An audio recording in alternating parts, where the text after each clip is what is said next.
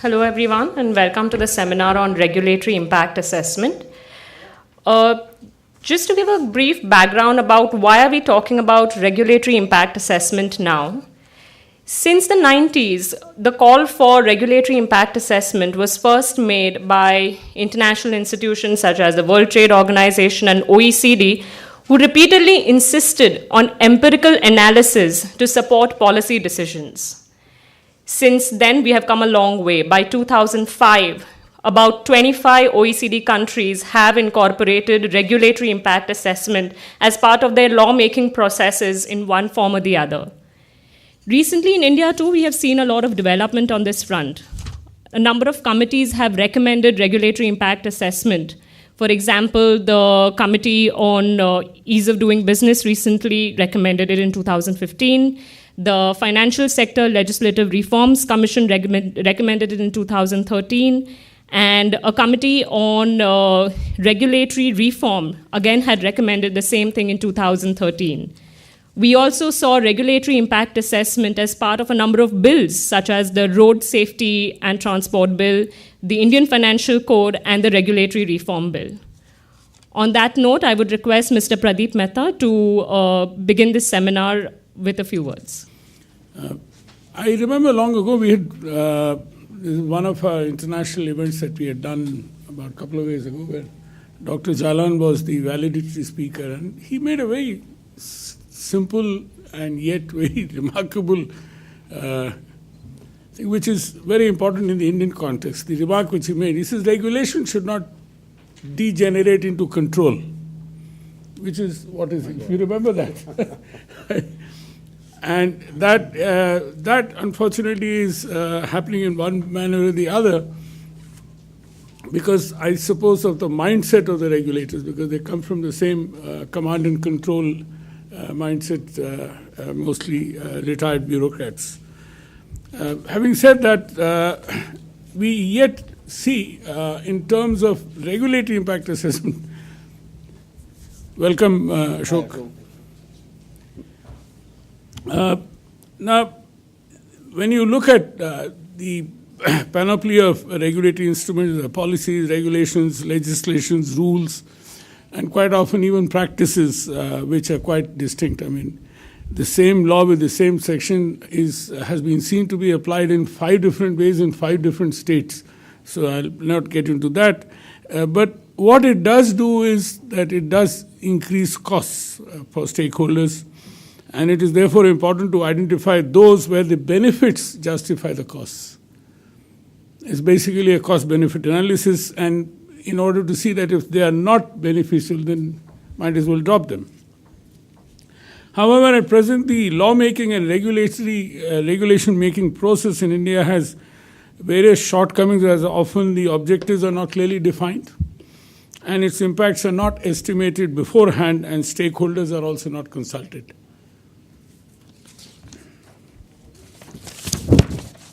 This leads to the development of suboptimal regulations, which leads to higher costs of compliance, raise complexities and uncertainties associated with regulatory obligations, and most importantly, can limit the likelihood of the achievement of the intended objectives. Regulatory impact assessment is an internationally recognized tool, as was introduced by Bhargavi. It helps in designing specific and targeted regulations to achieve the desired objectives while ensuring the minimum possible burden on the stakeholders involved, resulting in maximum net benefit. RIA has been institutionalized in developed economies such as UK, US, Australia, and is quickly gaining acceptance in various emerging economies as well. Various institutions within India are also recommending the adoption of RIA. Bhargavi spoke about a few of them. And CUTS itself has been a knowledge partner to a working group on the business regulatory framework of the Planning Commission in 2011, which did recommend RIA at the central and state level, which included to set up an institution in order to conduct RIAs. And this has reverberated constantly as we moved along in our policy formulation processes. The same thing has happened with the latest committee headed by Ajay Shankar, who will be joining us a little later. His committee has also recommended, his committee was set up on ease of doing business and so on. And again, a very monumental task, which has also recommended and reiterated the recommendation made in 2011. One of the principles recommendations of that committee is to develop an institutional mechanism. I mean, you can't have RIA in isolation. There has to be an institution in order to do it, in order to see to it that regulations are examined. And it could be done both ex ante and ex post as well, and particularly ex post if the polity decides that, look, this is causing a lot of problem and there is a lot of demand which can then lead to an ex post RIA as well. It is with this objective of evolving a deeper understanding and acceptance of RIA framework in India that CUTS has implemented a project undertaking RIA in electricity generation sector with the focus on specific legislation with support from the Asian Development Bank. Another initiative by CUTS was a project to undertake RIA in the financial sector, covering banking and insurance sectors with support from the British High Commission. This project was divided into 2 cycles of around 1 year each, followed by advocacy and capacity building exercises. And today's event is a part of this particular exercise, the second project in the financial sector. The first year of this project comprised of conducting an RIA in the banking sector, wherein we focused or narrowed on one particular issue, the issue of debt recovery, which is quite a difficult area as such. And that will be discussed during the second panel of today. The recently concluded second cycle of the project involving conducting RIA in the insurance sector. During this opening session, we will also release an advanced version of the report. While India has a large potential market for life insurance products, however, the density and insurance penetration figure remained low in comparison with the global average. There are various factors contributing to this, including low investments in the sector, inadequate infrastructure, low skills of agents, unaffordable premiums, among others. And this is not to forget that even in spite of deregulation and a lot of private sector companies coming into it, we still are far away from the ideal goal of the kind of coverage which insurance should have. Regulatory capacity is another important issue, and in order to keep pace with the ever-changing environment, the regulator also needs to revise its procedures, rules, and regulations to ensure that they are helping to meet the desired goals and objectives. Further, in order to impart functional knowledge of RIA to the relevant stakeholders, CUTS has also conducted training programs on RIA. Some of the other institutions that participated in these training programs including RBI, CRC, TRI, CAG, SEBI, Competition Commission of India, when Ashok was its chairman. What is also very interesting to note is that the TRI has even undertaken a special course, 2-day course again on RIA, and now they are asking us to do a more intensive training program on RIA, at least so that they can train their own staff to carry this out in an ex post manner in many of the regulations which they are governing. We hope that this is just a beginning, and stakeholders and institutions will be encouraged to take up RIA, resulting in the government formally institutionalizing the framework in legislation making and review. Before I conclude, I would like to acknowledge the support of the British High Commission for the research, and in particularly the NIPFP for collaborating with CUTS for today's events. With that, let me welcome you all once again and request Ajay Shah to address the meeting. Thank you. This is a very interesting and exciting subject to all of us. I just want to put it in a little bit of historical perspective. Mr. Dr. Bimal Jalan was quoted as talking about the line between regulation and control, and that is actually the heart and soul of what we should be thinking. Analytically, control is where the government controls what resources are allocated. So in Jagdish Bhagwati's slim book, there is a story about the government, the Planning Commission did not permit the use of aluminum for the purpose of making cans in which you would sell soft drinks, because that was thought a frivolous use of a precious thing called aluminum. Okay? So that is the government determining resource allocation, the government controlling products and processes. Okay? And the moment you say government controlling products and processes, we immediately get uncomfortable, because that seems to happen a lot by regulators in India. So analytically, the line between control and regulation lies in the clarity that regulation is about addressing market failures.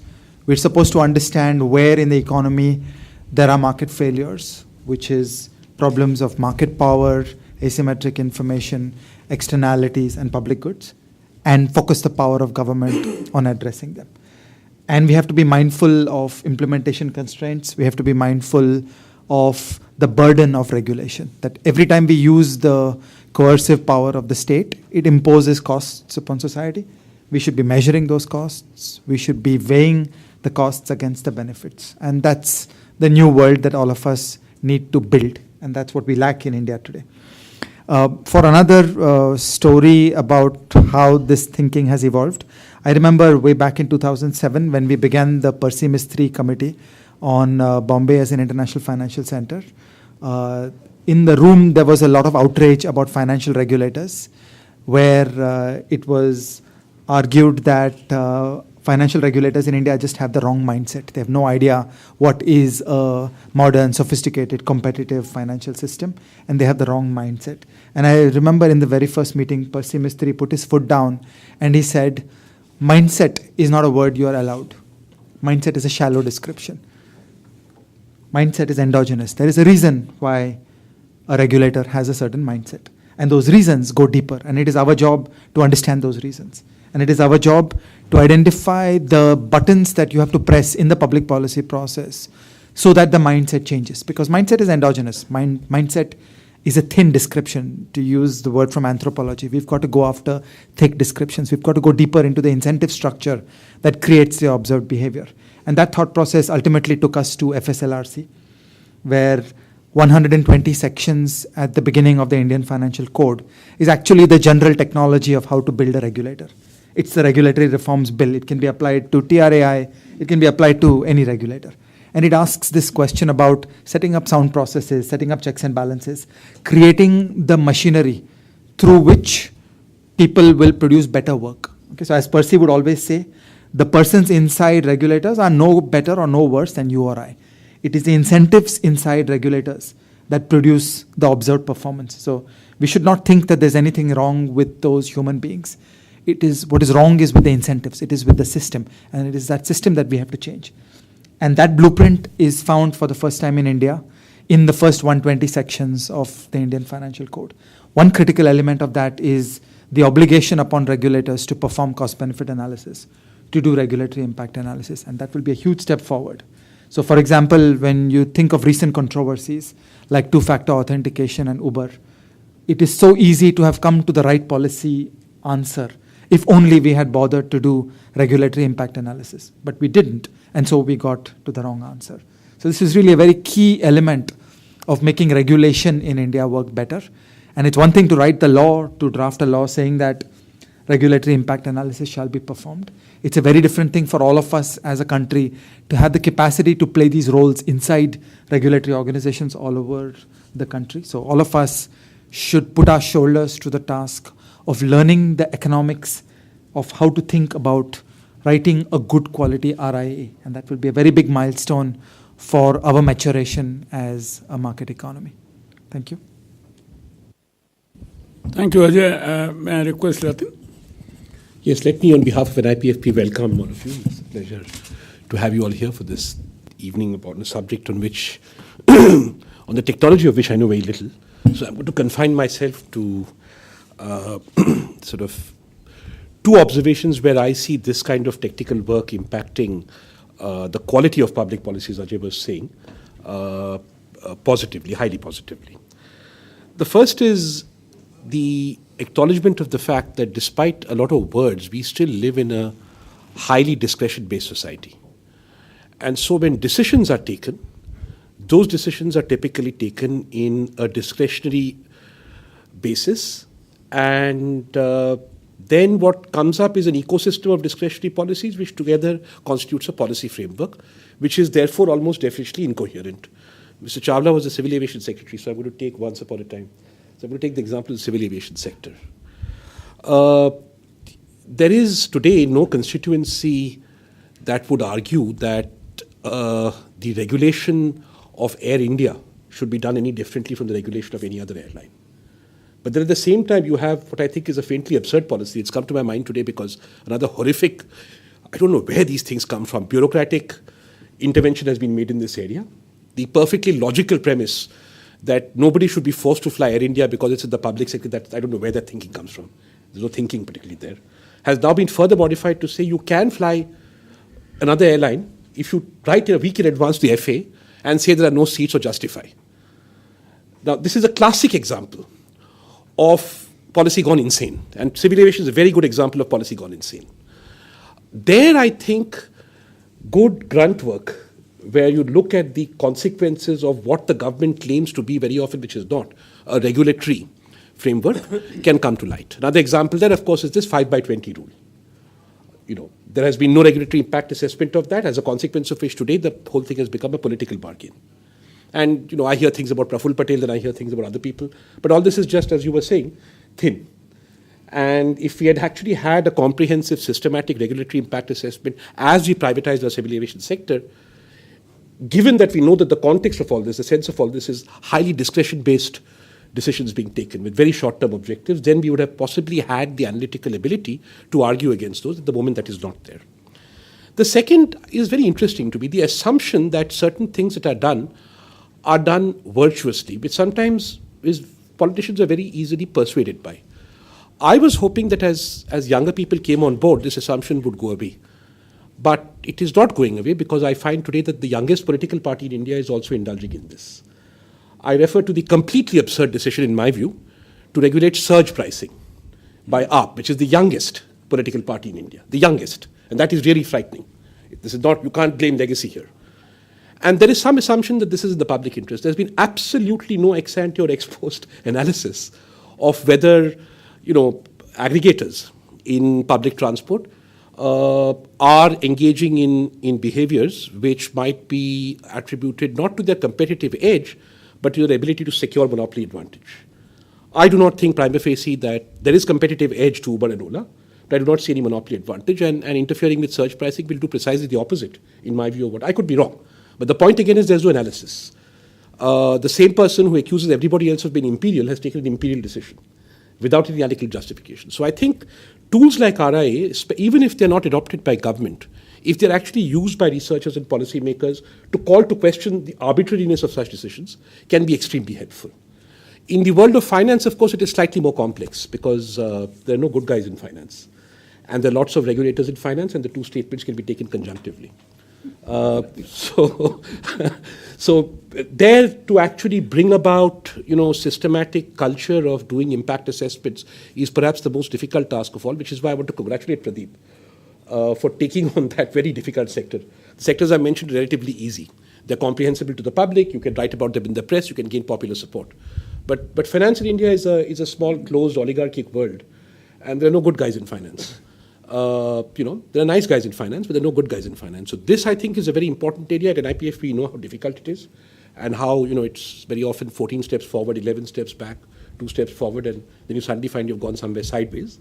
So I think all of us working in this area need all the help we can get in terms of tools, analytical processes, and really things that educate people and unpack this mystery box.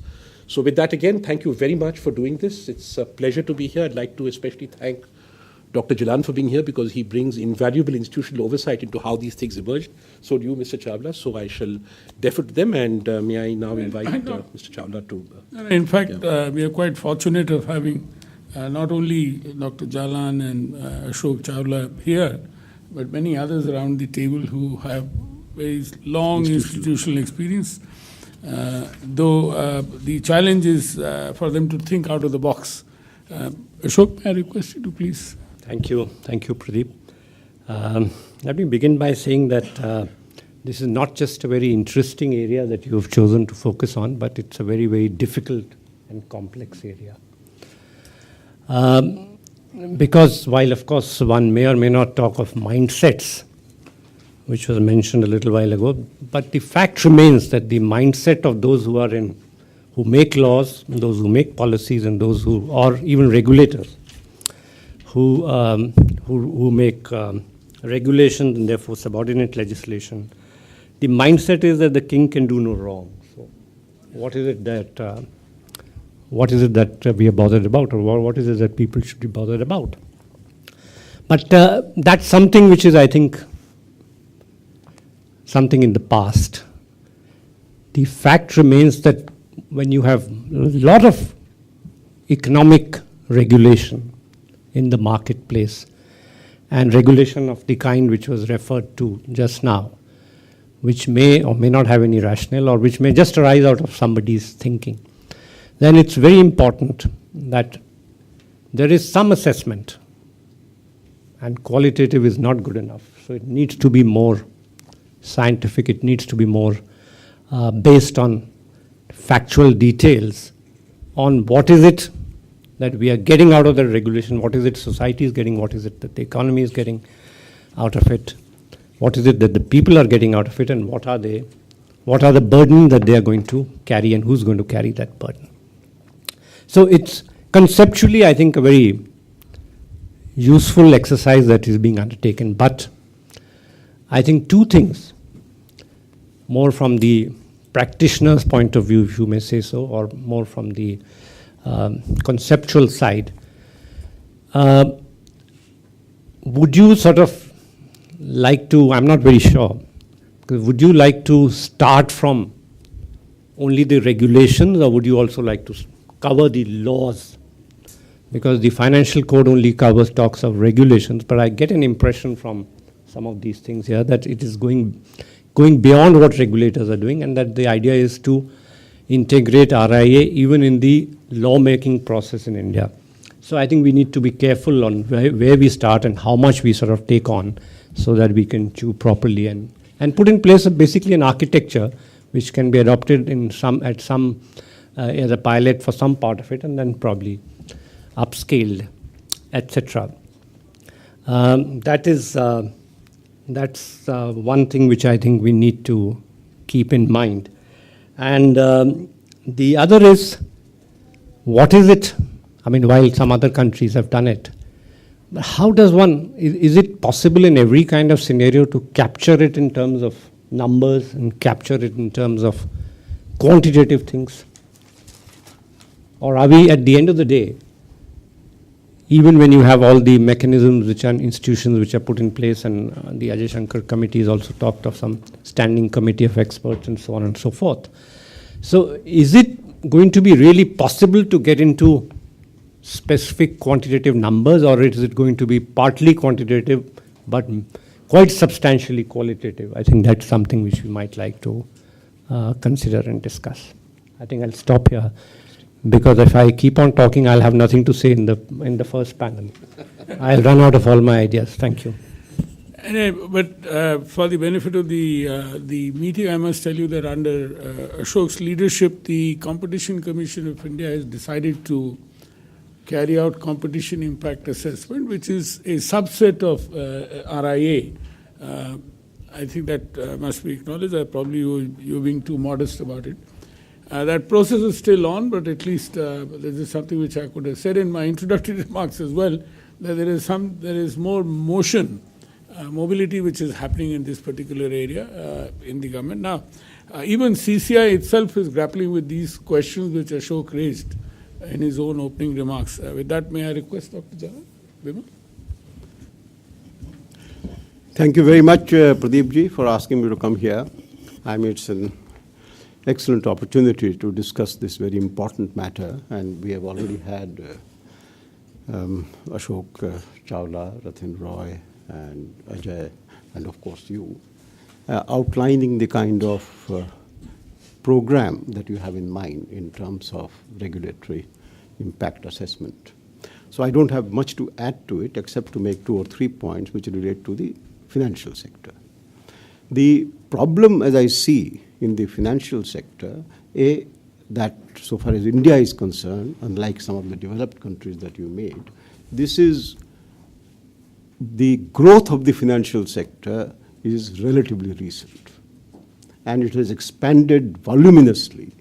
If you think of what financial sector was in the 80s and what financial sector is now. I mean, I recall in the 80s, for example, all the banks were owned by the state. The regulator was the state. And it was also the regulator of the monetary policy, as it were. And if I may say so, that I happened to be banking secretary at that time. So I could see that, the banks, the everything, public sector, it was public sector, public sector, public sector, and the regulation was that. So the point I'm trying to make is that we are, at the moment, at an early stage of thinking about regulatory impact assessment, as it were. The second point is that what makes this assessment important is a very high growth in the financial sector today. In terms of the financial sector or financial segments, that the growth is recent, that from public sector it has become multifold, and it is growing very fast.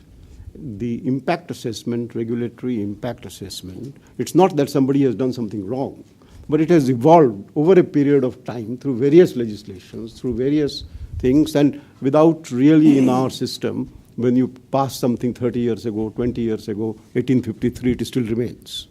So we have not applied our minds, and this is what is most important in terms of seeing what you can do and the cuts, and you've taken a lot of initiative, and other associated institutions, NIPFP and others, is to look at financial sector as a relatively, what you might say, the highest growing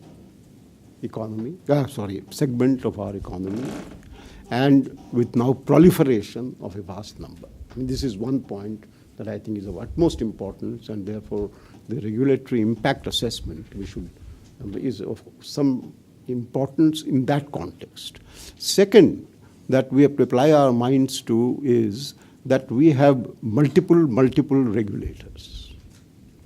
Now, you take, for example, the whole financial sector, which has grown very fast, but if you were to identify regulators, you'd find that for the financial sector, monetary policy, you have a regulator. You'll find that for commodity exchange, you have a regulator. For capital markets, you have a regulator. For bond markets, there is a different regulator. There is all kinds of regulator. Now, therefore, what you need is, from professional point of view, a lot of work has already been done in talking about regulatory, what you might say, rationalization, is of utmost importance, is to reduce the numbers of regulators in the financial market. One is to assess the financial market, that you don't need a separate regulator for corporate bonds, government bonds, for something else, for securities, you don't, but we have multiple regulators today. And therefore you see fissures, insurance. You know about the conflict which arose between, I think, the insurance and the banking regulator, or in the other conflict, even Competition Commission. Am I right, that on the unit-linked insurance between SEBI and IRDA? That was between SEBI and IRDA. SEBI and IRDA. No, but Competition Commission, also some of the sector-specific regulators were questioning Competition Commissions. Why Competition Commission and why not me, and so on and so forth. And then FMC and Central Regulator, and you have Central Electricity Regulatory Commission. So what I am saying is that there is a lot of overlap in our system. although financial sector has grown recently in a vast number at a vast pace, in the financial sector, the evolution of regulatory system through law, through administrative action, etc., has proliferated, and therefore you have fissures between different agencies. I mean, when you have SEBI, IRDA, conflict between the FMC and Central Electricity Authority, electricity futures trading, and so on and so forth, because they were all, not that anybody has willfully or done all this, but which is my zone and which is your zone is difficult to define. Therefore, the first priority is for us, I mean, for institutions like yours, for thinkers like yours and who are assembled here, is to identify how, first take stock of how many regulators in similar financial markets do we have. How many different regulators we need in the financial market, because they are dealing with different products. I mean, you may need a regulator for monetary policy, which is a different kind of a product, than for securities market, which is a different kind of product, but you need to take some action in those things. Second is that when we are looking at all this, the merger of some of the regulators with each other, and a very important initiative was taken in February last year by SEBI in terms of FMC, Forward Market Commission, and SEBI integrating. It was last February. And 2015. So that's also very important. I mean, that part. So what I'm trying to get to you is that when you are talking about regulatory impact assessment, all of us want that. But regulatory impact assessment has some dimensions that which have not been sort of aggregated at this time, which have just grown over a period of time. So we also need to look at laws, simplify laws, and make sure that the whole regulatory system, the legal system for regulations is well defined and is modern and allows for the fact that India is very different than what it was 20 years ago in terms of the financial sector and in terms of the expansion of the financial sector, in terms of even the small investors. If you look at SEBI today, and most of us were also connected with SEBI in just when was SEBI founded? I think it was 88. And today, look at SEBI. So what I'm saying, the basic point I'm making is that the first priority for us is to take stock of the growth of the financial sector, define different segments of the financial sector which require different regulators. I mean, there can be no question, for example, that SEBI is different from RBI. There can be no question, for example, that commodities futures are different from what you might say share transfers or share trade. But SEBI is both happen in SEBI. So I think this is a much more important administrative task, and I am glad that SEBI has initiated this. SEBI and FMC have come together, and whether we can do this. So this is the first point I want to make to you, is that this is this is the beginning, rather than our saying that 1853 or 20. But the laws may have been there for a long time, but they were in a different context. We are in a different context, and it's of utmost importance to support our growth, investment, and combined with what you might say transfer of Jan Dhan Yojana to the people, etc. All these are financial products. So what is it that we can do?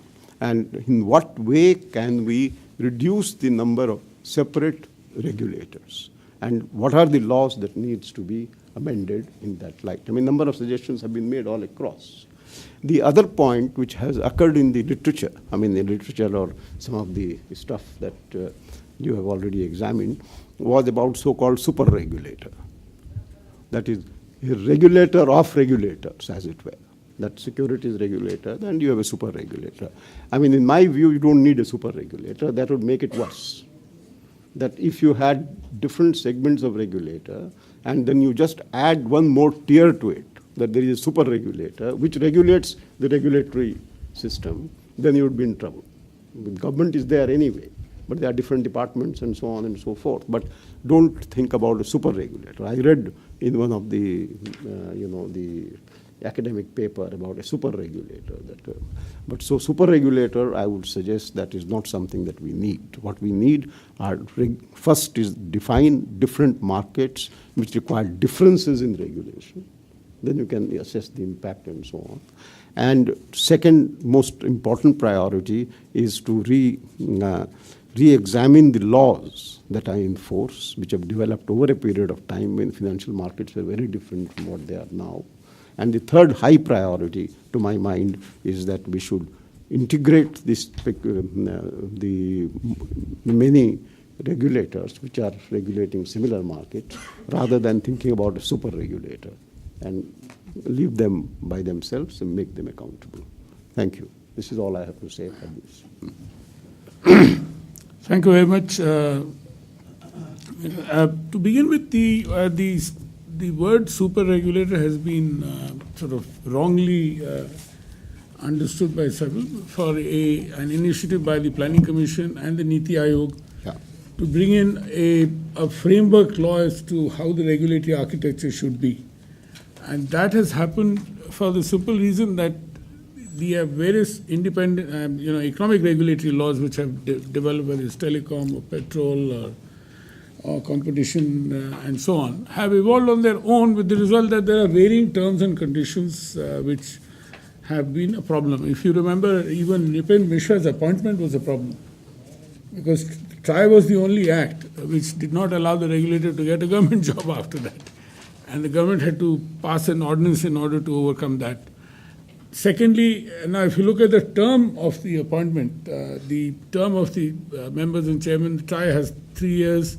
Some regulators have 5 years, some have 4 years. So there are varying conditions, Dr. Jalan, and that is the reason why this particular bill, which now the Niti Aayog has been asked by the government to push, to bring in a framework law, an enabling law. It is not a super regulator, as a lot of people have mistakenly spoken about. It is not going to be it is just going to be an enabling law for ministries to follow. I don't know whether it is, whenever it is passed, whether it will ever become, whether it will be easy for ministers to follow, because there are turf issues involved in it.